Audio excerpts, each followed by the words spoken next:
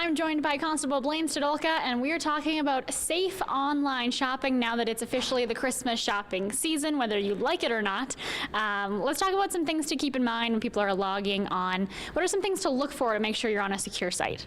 Well, as always, we've talked before about being safe online. The number one thing that you need to do when you're safe online is to make sure that just to look for that little padlock. That's for one indicator that it's a little padlock down on the right-hand corner and left-hand corner of the page that you're visiting. Mm-hmm. Also, one of the main things to make sure is if you are receiving an email like "Go shop here" and the email and the link is inside that email, don't click on that. Make sure that you are going to the actual site. If it says go to whatever such and such store, go in and Google or search for that store and find it yourself online so that you know it's safe and secure. Well, another thing to look for is in your URL bar you have the HTTP S. The S means it's secure. If the S is not there, that means it's not a secure site. It's an open site for anybody to do whatever they want to do. Okay, so expanding a little bit on holiday shopping, we're going to take it offline now. What are things people need to keep in mind when they're at the mall and they're keeping their presents in their cars? Yes, that's another very key thing is that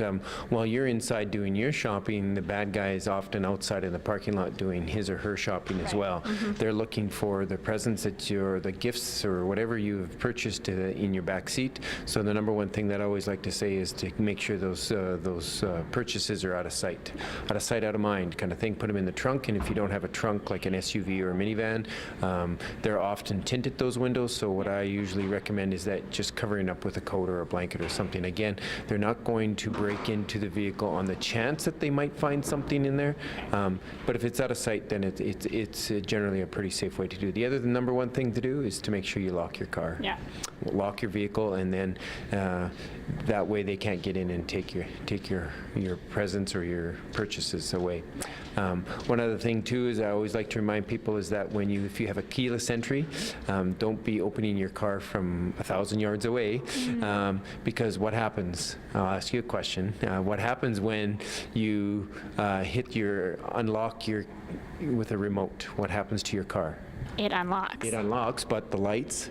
They flash on. They flash, that's right. So the lights flash, and then that tells the bad guy that your car is now unlocked, and now they can get into your car without even breaking into it and take whatever they want to take. Right, that's easy for them. That's very easy. So you only need to be a couple, 3 steps away, unlock your vehicle, step in, and away you go. Excellent. Very simple things to keep in mind. It's a busy time of year, and they're important to remember. Thank you so much, Constable Stodolka. Just a couple of things to keep in mind when you're out doing your Christmas shopping this time of year.